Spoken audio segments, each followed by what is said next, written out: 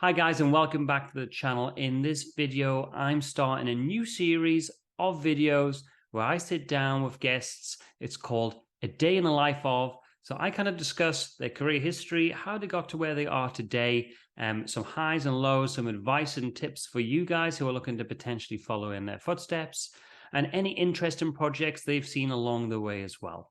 And this week, for my very first guest, I've got Sagar Kulkarni. He is a sales partner engineer with Snowflake, and he comes with a lot of experience, 20 years worth of experience, started in India, ended up in Australia, worked for some of the biggest consultancies around, and it was great to sit down and have a chat with him. He's got lots of good advice to share, so I really hope you find this video useful. My name's Adam Morton, and I've written a couple of books on Snowflake. I've also been lucky enough to speak in front of my peers on a number of occasions. I've lived and worked in the UK, Europe, and Australia during my career, and today I'm on a mission to help as many people as I can fulfill their career potential by adding as much value as I can around data strategy and modern cloud data platforms. So joining me today, Sagar Kulkarni. Did I get that right, Sagar? That's correct, yeah. And Sagar's a sales engineer at Snowflake, and you've been there for quite a while now, right? 7 months. I mean, I guess it's a great time to join, certainly here in like APG region where Snowflake's really starting to take off, certainly from what I can see. And this conversation, Sagar, has been a long time in the making, right? So we spoke at the end of last year, and we penciled this slot in, like even before Christmas, to have a chat. But I was really keen to have a conversation with you and get a good sense of kind of what a general day in the life of a senior sales engineer at Snowflake looks like, and get some kind of stories from the field.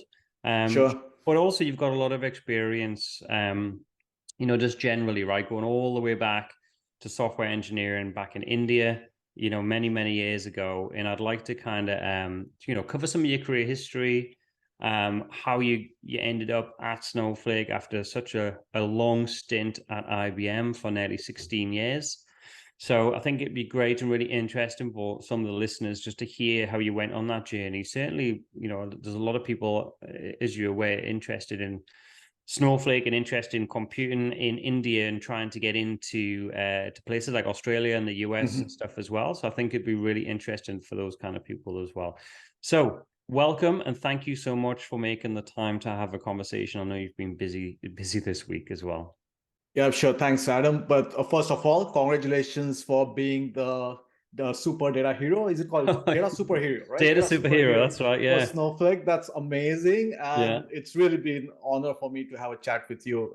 Such a wide range of expertise that you have. And with Snowflake, you have got such a deep knowledge. So I really, really appreciate being with Snowflake, partnering with Snowflake, and having that expertise in Snowflake.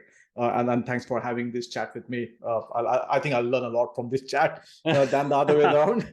I was hoping it was going to be the other way around, actually. So we'll see how we go. But no, like my pleasure, to get you on it and kick off the new calendar year with a good, valuable conversation that'll hopefully benefit a great deal of people as well. So let's start at the beginning of your kind of journey back in India, back in the 2002. Like, can you tell me how you got into, software engineering and IT initially? Like, what was the pull towards that, or was it something that you kind of fell into and then made the most of it? So it'd be great to So kind of hear. it's an interesting story. So I started my education when I was doing my education after year 10. I went into like we have got TAFE courses in India. We have got diploma courses, and I went into diploma rather doing 11th and 12th grade. I went to on that side, which is technical.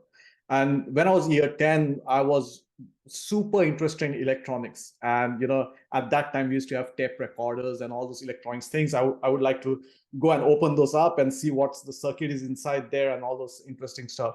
So when I went to diploma, I said electronics is my passion. I'm going to go and follow that passion. So that is where I went for doing my diploma degree. And then after diploma, I went to do my bachelor's in electronics too. And it's interesting, when I was doing that, my parents would tell me, hey, this is something, there's something called computers, and the whole thing is going to be software. You should be doing software, you should learn software. That's going to be a good career choice. And I said, no, I'm not going to do that. I love electronics. I'm going to focus on that. And while I was doing my engineering, we had one little subject which was on C, C++. And that subject really hooked me in. And that was the turning point. When I was learning that subject, I said, yeah, I'm good at logic. I'm good at writing a code. And I enjoyed doing that. So that's the turning point where I said, maybe my parents were correct. Maybe I have this thing about software. I can learn software and I can do a good career in software. And that changed the whole thing. And then while I was doing my electronics engineering, I started learning software on the back end, or like I was doing electronics engineering degree during the day. At the night, I will go and code something at my house. I would do gaming codes. I would create games. I would create compilers. Wow. My first compiler I created was, you put something into a normal text language, and how would it convert into a C code? So I did that using C language. So that's how the whole love affair about coding started. And then after my engineering, I said, hey, yes, electronics, good, but I think now I know what I have to do. It's software. And then I went and did a diploma in advanced computing in software. So that's how I started my journey towards software. Obviously, 2000 was the year where the bubble bursted. Everyone's jobs lost in 2000, 2001. And that's when I graduated from my post diploma, you could say, or advanced computing diploma degree, and there were no jobs. So I was jobless for almost a year. All right. And Okay. but that's when I said, no, I have to join a software company, or I have to join a company where I'm doing software coding, and that was my passion. So even though there were jobs in electronics company, I said no, I'll wait for the right opportunity, and I struggled for 1 year almost before I got my first job in Renault Electronics. It's a electronics company. It creates your programmable logic controllers. It's using automation. So, PLC, it is called PLC. So there's to manufacture, and I joined their R&D department. And that was all fun. I was doing, all new stuff. I was doing R&D every day. It was really one of my best jobs. It didn't pay me well, but one of my best jobs. It sounds like a great learning ground, right? To do R&D every day, and get paid for. You're almost getting paid to learn, and then I guess from there, never look back, right? In terms of the engineering discipline, so you moved on to kind of the big players, the HSBC and Wipros. How did you find that transition into such huge kind of enterprise scale companies? It's interesting. Your questions are very interesting, and it's helping me go back in my past. And there's some Trip really down good memory moments. lane for you. Yeah, exactly.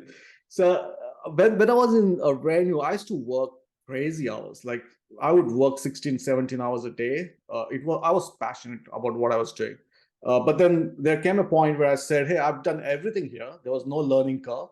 So I need to do something more. Maybe I should go into a multinational company. And that's when I said, let's go into HSBC. So I was part of their global technology center in India, and we used to develop software for HSBC. So I went there. So coming from 16, 17 hours a day work, going into this big organization, and there was absolutely nothing there. Like it was so quiet. And that really annoyed me. I was like, give me some work, give me some work. I was hungry for some work. And after some time, the managers there, they decided that, hey, we don't have anything in C, C++.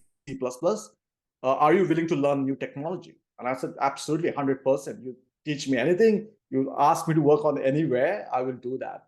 And that's when I entered data warehousing and data engineering. So my first string into data engineering was at HSBC. I learned a product called Data Stage, which was essential at that time. And then IBM acquired it later. And that's where my data warehousing and data engineering journey started in HSBC. Another good company to work with, really enjoyed my work. That was also a company where I went outside of India for the first time. So I went to US a couple of times through HSBC. A really good company, and really enjoyed that work there.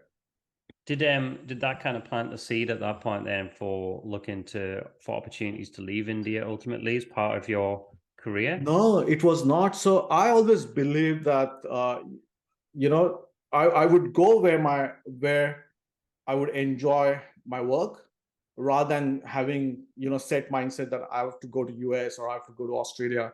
So I said, see, if I'm enjoying my job in India, I would do that. If I'm getting paid enough in India, I would do that. So it was never in my mind to, go outside of India until, I joined IBM. So till that time, I was really happy just being in India. Traveling, obviously, I enjoyed traveling. So I enjoyed traveling as part of HSBC, as part of Wipro. I joined Wipro later, and then obviously IBM. So I traveled across ASEAN countries, traveled to US, to Europe. So yeah, it was fun. But never in my mind I thought I would end up in Sydney in Australia, or even never I thought that I'd go to US. It was never planned. So it was like, look at the opportunity. If the opportunity is great, then we'll think about it.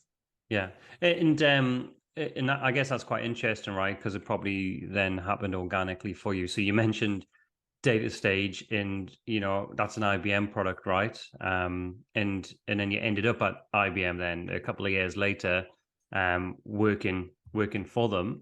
Initially in India, but then you kind of made that transition to Sydney in Australia through that role, right? Yeah, correct. So what happened is I was in India for 4 years with IBM, and at that time I was part of professional services at IBM. I really traveled across ASEAN region. I was looking after ASEAN, so Singapore, Philippines, Malaysia. When they travel extensively, a lot of big projects in India. So like Bharti Telecom, there was Idea Telecom. So worked on those big projects, and then I was looking at opportunities. What are the opportunities there in IBM? And I had so much good network. And that time I saw an opportunity in Singapore and in Sydney. And I said, okay, well, we'll give a try. And that's how, the Sydney thing came up. I had a colleague in Melbourne who had worked on ANZ Bank, and I was supporting ANZ Bank in India. So that's how we met through that common project. And then I asked him, hey, should I apply? And he said, yeah, why not? And I applied to IBM Australia, and they said, yeah, we are willing to take you. And IBM sponsored my work visa, and I came here, and then they sponsored my permanent residency. And after that, I filed for my citizenship. So yeah, that's how the transition happened. Yeah, and that was way back in February 2011, right? So quite some time now you've been here in Australia in Sydney. I'd be interested, because I've only been here myself sort of 3.5 years. How have you seen things change in the kind of tech landscape in Australia over that time since you came in? Have you seen it change much? Because it's obviously some way behind the US and Europe and the UK. And that's always been the case. But do you feel it's kind of made inroads in terms of closing that gap at all during that time that you've been here? So I always thought when I came in 2011, I thought the opportunity, the marketplace, the share of the market in Australia is very small. It's still small compared to US. It's not significant if you compare to US, but it has grown. It has grown a lot. So there are a lot of jobs now compared to what they were when I came in 2011. So in 2011, when I came, the perception was if you get a job, just stick to that job, because there were not so many opportunities. Now there are so many opportunities. Now I can see there are companies willing to take people. The companies need talent in Australia, and Sydney and Melbourne especially, but they are not finding the talent in Australia, and that's why there's a lot of immigration happening inside Australia. So that's one change I've seen. The second thing that I feel, and again this is my view, my personal view, is I always felt our Australian market, although small, it's still ahead of US when it comes to innovations. So all our technology, our banking sector, we have got telecommunication sector. I think the technology that they are using is much, much ahead to what their counterparts are doing in US. So from that perspective, I always worked on a first of a kind projects in Australia. And that's what, that was really great. And it sounds like, throughout your career, you've always been someone that's wanted to kind of jump in and try and learn new things and put your hands up for new experiences. Do you see that looking back now through your kind of career experience, that has always been a trait of yours to kind of do that and to kind of get involved with new, interesting kind of technologies and jump straight in there? Yeah, and I think it should be a characteristics of any software engineer. That's what my recommendation is to anyone watching this. You should be able to learn new things. You should be able to, raise your hand and say, hey, I'm going to go and do this thing, because that's how you learn. And the thing that I learned throughout my career is, if you go and do something which is outside your comfort zone, that's when you start learning. If you keep doing same things, right, every day, day in and out, no matter how good you are not learning. You're doing the same thing. So I would definitely recommend that. I always keep that as my number one point. If I see something new, just go for it, learn it. Maybe you won't like it, maybe there won't be any use of it, but at least you learned something new, and that's how you grow your career. Yeah, and I even see that in the role at IBM, or the different roles at IBM. So even though you were there for nearly 16 years, you had a number of different positions there, right, to give you that Yep. that variety that you kind of craved. But then after, I guess after nearly 16 years, then what was that kind of catalyst or that driver for you to move from there then into So Snowflake? So 16 years in IBM, I was so comfortable after 16 years. I knew Yeah, it's everything, hard what to was move then, happening. right? As you It get, is you're hard part to of the move, but furniture. correct. But that's what happens. You become part of a furniture, and I don't want to be a part of furniture. It can. So every morning when I woke up, I wanted something exciting, and that excitement, that rush, that adrenaline that you want was not there, and that's because I knew everything. So even the presentations I would do, I could just do it if you With your eyes wake me closed. up. Correct, exactly. If you Yeah. wake me up and say, "Hey, you want to do a presentation on this product?" Yeah, I'll do that. So it was like that, and that's when I said, "Say, what should I do? Should I retire at IBM?" And I could. And IBM is a great company. It's given me such a fantastic career. Uh, I really thank IBM for where I am today. But a point came where I said, "Hey, do I need to retire in IBM, which is what, next 20 years? I could still be there in IBM. I would still be relevant. I know that.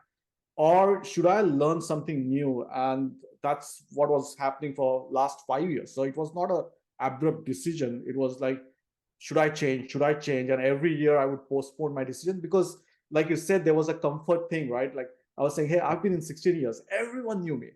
Should I be jumping out of this into a new company where no one knows me? I have to start from scratch. And there was kind of, fear factor where, should I do that? And I said, yeah, after 5 years, thinking a lot after 5 years, I said, no, if I don't do it now, I'll never do it. So it's time to move on. And when I said I want to move on, then I started looking out for different companies. Which companies should I move? And then there were obviously choices where I said, hey, maybe I should go to a data engineering or ETL product manufacturing company, or maybe go to a cloud company like AWS or Microsoft. So, or governance. I was good in data governance, so I was thinking of data governance companies too. So a lot of choices there. And then Snowflake came in, and one of my colleagues in Snowflake, he said, "No, you have to join Snowflake. It's a great company." I said, "Yeah, but I don't know whether I should be." So I was not convinced initially. And he said, "No, no, go and look at our Snowflake zero to Snowflake Quick Start."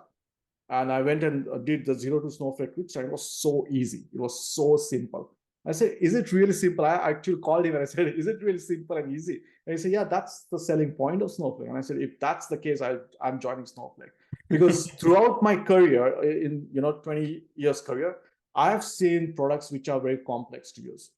And that's not good. I mean, it's good for, let's say, SIs and people who are contracting, but it's not good in the long run. And really was in, I was amazed how simple a product can be and a platform can be. I said, okay, this is the company I want to join. Let me see what opportunities this company will give me. And that's how I ended up here. The role that I applied was for partner sales engineer. So I'm a partner sales engineer. I'm not a sales engineer who work with customer. I work with partners like UADM and other partners, regional SIs. And I say, yeah, I'll go from there. We'll see how it goes. And last 7 months has been fantastic. Like it's amazing. And that's great to hear, right? And just to go back to your point about the simplicity of Snowflake, often when you talk to clients who are looking at evaluating Snowflake, often they find it too good to be true. Some of the functionality.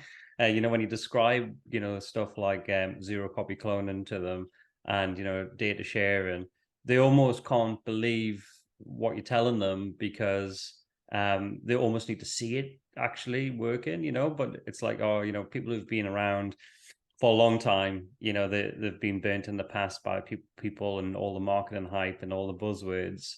Yep. And it's interesting because you explain some of these capabilities that come out of the box with Snowflake and, are very accessible, like you say, to a whole heap of people. You don't necessarily need to have very specific technology skills tailored to Snowflake. You can get away with a lot of native SQL or even just using the interface, right?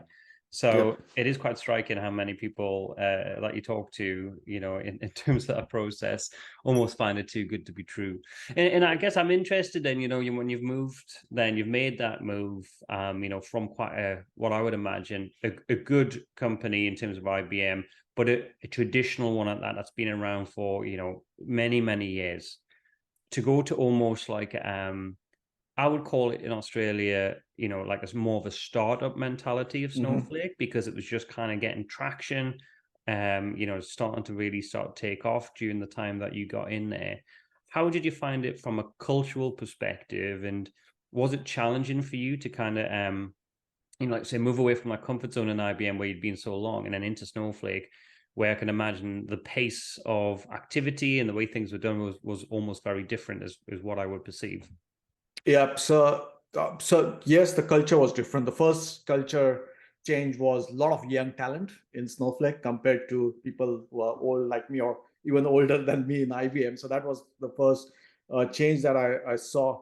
But in things of the way the things are changing in Snowflake, the same things did change at IBM when I was working on their platform, because even for their platform, it was a kind of a startup. They were creating a platform from scratch. So I had already experienced that at IBM when I was working at that platform. So not a big change on from that perspective. And the characteristics that I always bring to a table is, do your work 100%, give always 100% to what you do, always keep learning something new, and make sure your customers are happy. So customer comes first, and in my case, partners come first. So if you have those three principles, no matter whether you go to a startup company or whether it's a legacy company, you'll always flourish. So for me, that it was not a big kind of a cultural gap. It was like, hey, I was doing this, now I'm doing this for a new company. So it was a pretty good and easy transition for me.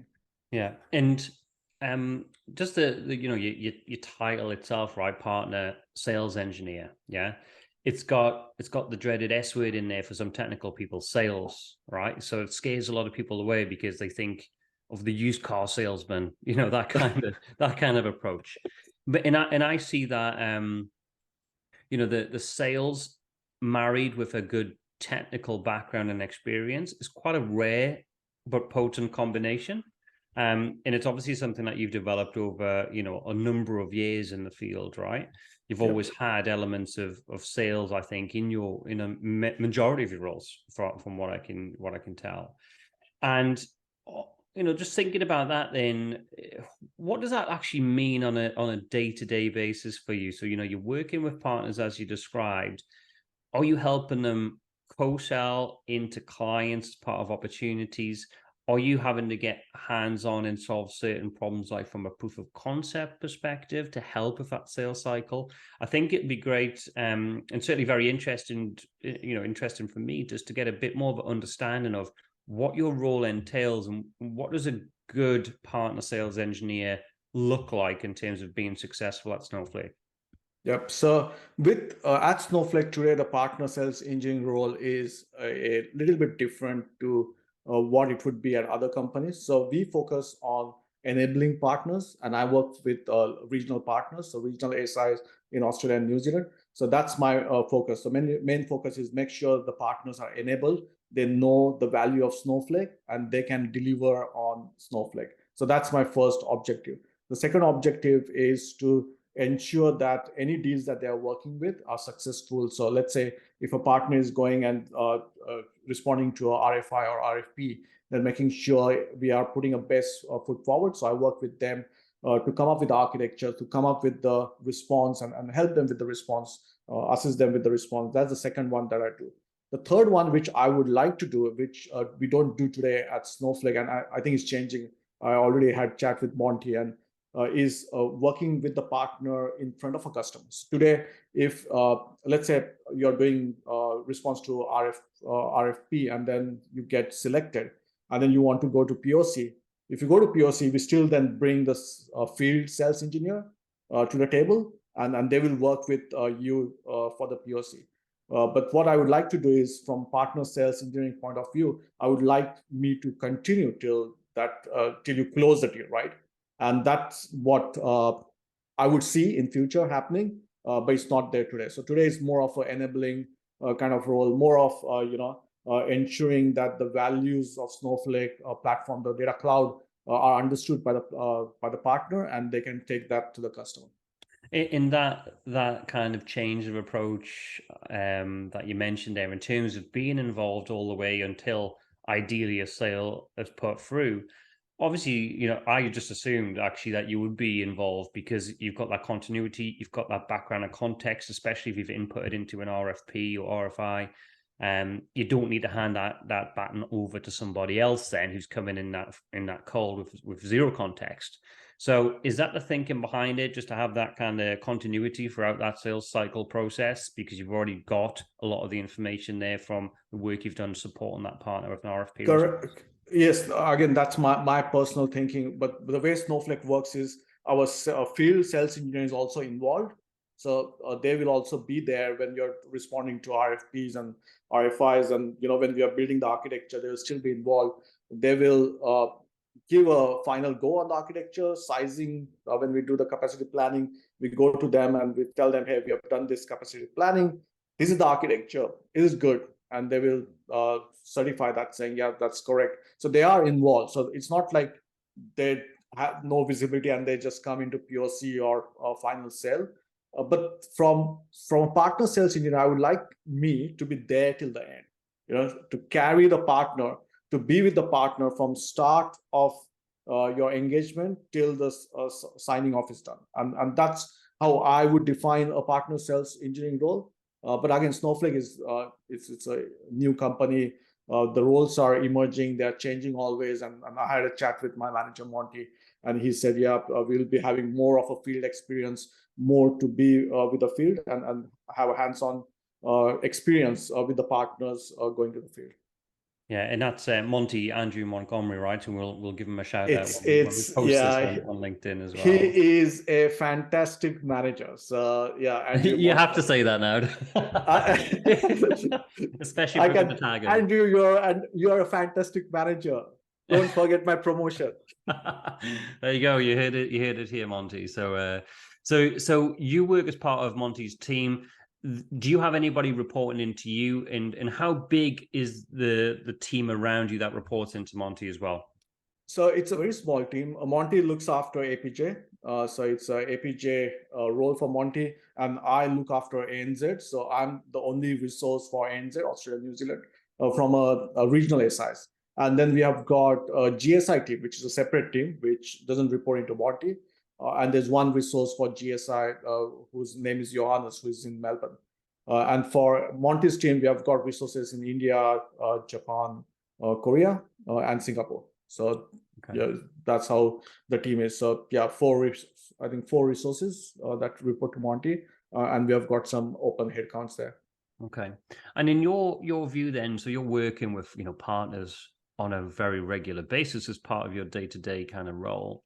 What top three kind of characteristics or traits would you say make the best partners to clients, to prospective customers of Snowflake, and almost carry the greatest chance of success of closing the deal? What kind of three factors do you see those most successful partners demonstrate, in your opinion? So I think the first characteristic should be the partner should work for the customer and not have their own agendas coming to a table. So I always ask my partners to look at the requirements. What is your requirement from the customer?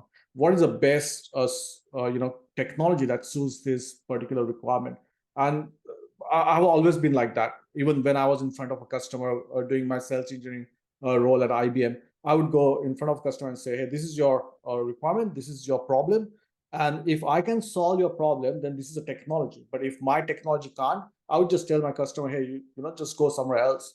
Because there's no point, pushing something in front of a customer which is not going to work. And then that's bad for everyone after, 6 months or 1 year when the projects is unsuccessful, and the issues start coming up. So Yeah, I that's the agree. first thing. So it's that transparency, right, that you need to have Absolutely, to start 100%. building that trust, right? Yeah. So that's one. Second is, I would say, empathy. A lot of times the empathy is missing from, individual resources, right? So have empathy towards your customers. When a customer says, hey, there's a problem, don't run off, or don't, just go away. It's your customer, so try and resolve those problems, try and help the customer, give the empathy, apologize to customer, whether it's your personal mistake or not, just saying sorry, I'm sorry, or we are sorry as a company, that itself is a big thing, I would say. I love So that one. I think that I didn't expect you to say that, but I think that's a rare, in my experience, a rare trait that I see given frequently. In a kind of, I guess, a client consultancy kind of relationship, if you like. But I think it's a super important one, and for somebody that's sat on both the kind of consultancy side of the fence and within industry as a role, when you're relying on partners and third parties to deliver stuff, I think having that self-awareness as a partner to be able to hold your hands up or be able to kind of focus on the challenge at hand and support your clients in the right way, super important and super valuable. Yep. And probably I would like to see more of that in the field, just generally. Yep. And yeah, I always think of how I would think about when someone treats me right. And I would like to treat other people and my partners and my customers the same way I expect services from my providers, right? So let's say my internet goes down, I call someone and someone just says, hey, it's not my problem. I would say, then why are you there? Whose problem it is. It may not be that person's problem or that company's problem, but just listening to me and giving me advice, best advice, whatever they could, I would appreciate that. And that's what I try to give my customers or my business partner. And I would like to see my business partners do the same thing with customers, right? Listen to them, hear them. Absolutely. Yeah, I like these. This is a good list. So we've got transparency, we've got empathy. What would you say the third one is, the third kind of good, valuable trait for a partner to have to be successful? So I've seen, and again, it's not anything targeted to any partners, but I've seen partners making a mistake where when everything is going great, they're always there, but when something fails, then they just vanish away. So I would like my partners to take accountability of what they do, right? And be there. I think relationships are built when things are wrong. That's what I believe. When things are good, relationships don't get built because everything is great. No one cares. But when things go bad, that's when the real character of a person, of an organization comes into play. And I would say take the accountability of what you do, whether it's successful, whether it's not successful, just be accountable. Great. I love that list. That's a really, really good, refreshing list. And I like those kind of values and the way that you approach that, Sagar. So thanks for sharing that, because I think that's going to be valuable and resonate with a lot of people, both partners and clients who are using partners as well. I'm sure they would agree with you on that point. So we looked at your career history and how you got to where you are today. We've talked about what you do on a day-to-day basis at the moment. And I guess my next question is more future facing, future looking. And you, after over 20 years, 2 decades working in this space, Sagar, where did you see yourself going next? What kind of goals or career aspirations do you have personally in the near term, the next 3 to 5 years for yourself? Where do you see yourself going in the industry? So I want to get some roles which are senior roles and provide the expertise that I've gained over 20 years. That's something I would like to see myself doing. I've always shied away doing that for a long time. So I always went and did it's like having your own contribution, doing a single contribution, and not as a senior role. I would love to do that, and I should be focusing on that because I know any team can get benefit from the expertise that I have. So that's something I'm looking at. There's also one thing that I always missed, which I had an aspiration when I was young and when I started my career, is to have my own company, and I never did that. And that's something, again, it's always there at the back of my head saying, hey, I couldn't do that. So if I could, start a company or be part of any company, I would love to do that. And that wouldn't be for money. So it would just be, something which I always wanted to, but I never did it. That thing that you wanted, and I always wanted to play soccer and I never did. And then now I think I should start playing soccer again. Yeah, So, good idea. yeah. So those are the two things which are they're always there at the back of my head. The third one, which maybe I would do, is join a customer. So I've always been part of a consulting team or a sales team, and always been on the other side of the fence. So maybe I would join a customer. Maybe I don't know. So that might be the third thing. So there are Wow. three things which are there in my head. Yeah. But current focus is be at Snowflake. Make sure I can get skilled up at what we have at Snowflake, the data cloud. Make sure I can do what I was doing at IBM. Same with Snowflake. If with eyes closed up, I should be able to demo, talk about the capabilities that we have with data cloud. All the sales play that we have. So that's my goal. That's my short-term goal. That's good. And I guess the point number 3, and if any clients are out there, they'll have to watch the space of the future and see if you start to become available, right? I got a few more questions to ask you, and I guess the one that I want to touch upon briefly is any particular projects that you've worked on recently at Snowflake or are currently working on, and were quite interesting and unique, and you're able to kind of share, some of the kind of aspects of that project at a high level. You don't need to mention any client names if you're not allowed to, but anything interesting or intriguing that you've came across or that you've seen, or even just as a response to a proposal, be great just to hear about that. So there were two things, two capabilities in Snowflake which were really amazing, fascinating for me and one of our business partners. So the one was the marketplace sharing. So how easy it is to get data from marketplace and join it with your data sets. So that's one. And second is how easy it is to replicate data across regions and across clouds. So we had a requirement from our business partners who wanted data which was located in North America on a Azure a cloud, and they wanted to get that data into Sydney on AWS.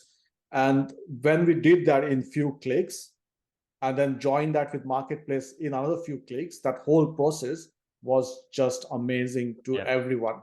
So business partner to customer and everyone, because imagine replicating data cross region, cross cloud. That itself, in a lot of vendors, including the platforms that I worked on, requires a lot of efforts to set up. And with Snowflake, it was just click of a button. So that was really an interesting use case of sharing data across cloud and across region, and obviously joining that with marketplace. Yeah, that was one. The second one, which we are now looking at, is really replacing the Spark workloads onto Snowpark. So we are going really strong head on at that workload, and it really makes sense. I came from big data kind of area. So I worked in big data when it was hot 4 or 5 years back, and I know the challenges of big data. Hadoop, Spark, and everything. It's so complex, and you don't want to run complex systems. You want easy systems which you can handle. You don't want tens and hundreds of consultants just maintaining the platform. So for me, there's no brainer of moving Spark workloads to Snowflake. And as you know, Snowflake's engine is such a powerful engine. It's elastic, it's flexible, and it just works. There's no maintenance required. It's a SaaS offering. So get that workloads which are there on Spark. So especially Python. So if you're running Python on Spark, get that on Snowpark, because we can now publish and push the workloads onto Snowflake using Snowpark. So those are the two things which really excite me, and I think will be the future for Snowflake. Yeah, that's great. And I agree, like the replication and the marketplace one, bringing those two together, as you said, on that use case, I can imagine how impactful that must have been for everybody involved in that project, based upon trying to do that, like you said, on any other technology out there. There's a lot of kind of configuration and infrastructure work and, that you need to do before you even get to, the end goal.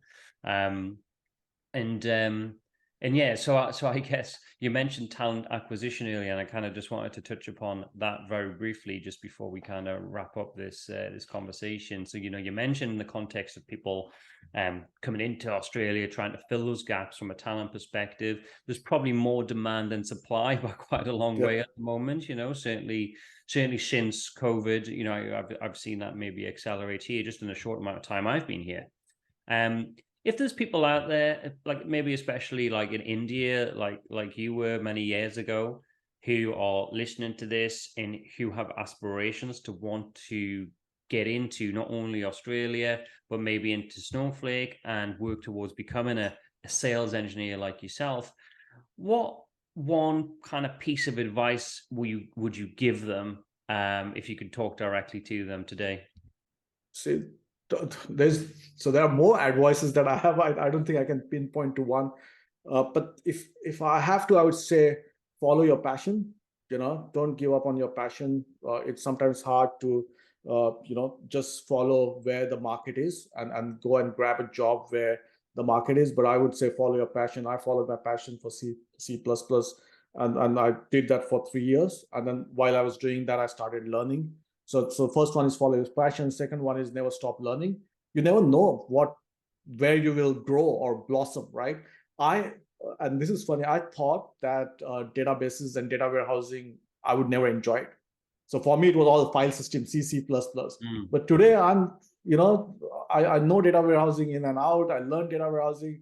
I blossomed into a data engineering technology, data governance, data warehousing. So never shut down yourself from saying, I'm not going to do this.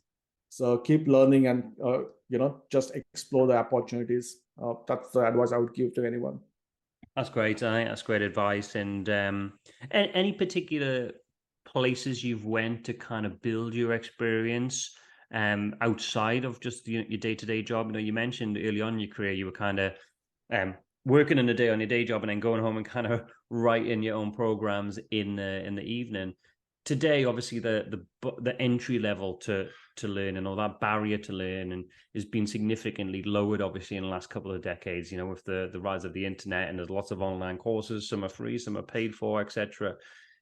Where would you say, in terms of a strategy, people should be looking to invest their time if they've identified what their passion is, and they want to follow that? Anything that's been kind of really helpful to you, or have you seen others benefit from it that you think would be worth pointing people in the direction of? Yeah, absolutely. So we have got so many, and you touch base on this. When I was doing that work long time back in India, I had no help, right? There was no online thing. Now we have got online communities. So there are so many communities online, and not just online, even face to face, where you can go and talk to people with the same expertise or who are on the same career path, and just talk with them and learn from them. That's what I would advise. So go to communities, join the communities, join any forums that are there. Uh, People like follow Adam for any Snowflake skills. If you want to learn Snowflake, read Adam's book. So that again comes from forums, right? So if you go to forums and be part of that forum, then you will get to know similar minds in the same kind of area. Great. And you mentioned a couple of little plugs for myself there, so thanks so much for that. But one thing I did want to mention for you is that you do have your own YouTube channel, Sagar, and you're trying to kind of get it off the ground. So how is that going? And what would people kind of find there if we post the link as part of the release of this chat? Thanks for highlighting that. So this was again part of my learning curve, right? So I started this channel, I think 1.5 years back, and I was focusing at that time on my presentation skills. So I said the best thing to do is start putting YouTube videos, and I started doing that. I'm a bit slow on that. I'm not like you, Adam. I think I need to invest more time on it. But anything related to data and AI, that's what I would like to post on my YouTube channel. So any learnings that I have, learned from my career, I'll post demonstrations of our products. So Snowflake offerings, any good technology, any good capabilities as part of our platform, I'll be showcasing there. So feel free to subscribe to that channel. And yeah, if you have any questions, I would definitely address there on my YouTube channel. Great, and we'll definitely post a link to your LinkedIn profile, Sagar, so make sure you connect and follow Sagar's LinkedIn profile, and we'll post the link to your YouTube channel as well. So kind of when you get around to kind of adding the more content on there as well, people can start to benefit from there as well. So I think that'd be great if we can help support you and increase that kind of volume subscribers and followers as well for you. So that'll be most welcome, I'm sure. But listen, we're pretty much up against time now, Sagar. So listen, this has been a great conversation, really interesting for me personally to kind of look at that kind of career history, how you kind of use that courage, I guess, to move from different roles and take roles based upon your passion rather than the salary. And then after being at IBM for such a long time, actually taking what some people would consider a bit of a risk in moving out of the comfort zone again after so long, and making it work again. So I really appreciate you making the time. I know how busy you've been this week, and I'm really pleased that we could connect and have this conversation. Thanks, Adam. Really, really great conversation, and happy to be here. Thank you. Thanks so much. Are you looking to grow your skills this new year and looking to fulfill your career potential? Maybe you've been frustrated by being stuck in a dead-end job in your company, or your employer hasn't necessarily invested in you and you're stuck working with on-premise systems. Well, this is exactly why I designed this course, this program, Mastering Snowflake. My members join me and they've typically got 10 to 15 years experience in IT and data specifically. They've often got a lot of skills and experience that they've poured time and effort into over the years, and they want to be able to leverage that to the best degree. So they come to me, they're often quite confused about where to start. There's so many overlapping technologies out there, there's so many different buzzwords, and I want to really help you and these people cut through all of that marketing hype and really get a good understanding of how to design and deploy solutions for the cloud. I choose Snowflake because I find it really empowering to work with. It's really easy to get up and running. It's got a lot of good features and concepts as well. If you come in from an on-premise environment, will be really game-changing to you in terms of your day-to-day role. So I'm basically packaged up everything I've learned using Snowflake since 2017 across a range of implementations. I've now got a number of recipes, if you like, that allow you to take the out-of-the-box capabilities of Snowflake, package them up to address real-world business challenges. This will save you time and effort. All of the kind of mistakes and everything that I had to make initially to get to this point, you will be able to kind of fast track yourself to that. So as part of the program itself, I provide all of the hands-on demos, the code I use, the code templates, and the patterns I use with my enterprise scale clients. You also get access to a exclusive members only group to get expert advice and share knowledge, not only around Snowflake, although we do have a number of obviously discussion points around Snowflake itself, and that could also include certification or interview guidance and advice, but we also include any tools and technologies around the modern data platform space, whether that be DBT, Matillion, Fivetran, Stitch, Elation, Atlan, Power BI, Tableau, you name it. We've all got different experiences we can bring to the table. I also conduct live 60-minute group coaching calls, which are completely optional. And people from around the world turn up to those and ask me any questions, whether that be around technology, whether that be around data strategy, or architecture advice and guidance. Your investment in yourself in terms of getting into this program will continue to pay dividends to you, because obviously Snowflake is changing every single month, and all of those updates are fed back into the program periodically over time. So it's all being designed by myself from the ground up. It's very practical, it's very hands-on, provide in-depth background, not just around the theory, but with real-world case studies and in practical hands-on activities within each module. So if you're interested, this is what it looks like in terms of the course breakdown and the structure. You can apply. At the moment, we've opened the membership up for new applications. There's a link in the video description below. Please hit that link, apply to join. I'd love to have you as part of the program. The key thing for me is making sure you're the right fit and you're going to get the most amount of value from it. Thanks so much for listening. All the best on your Snowflake journey.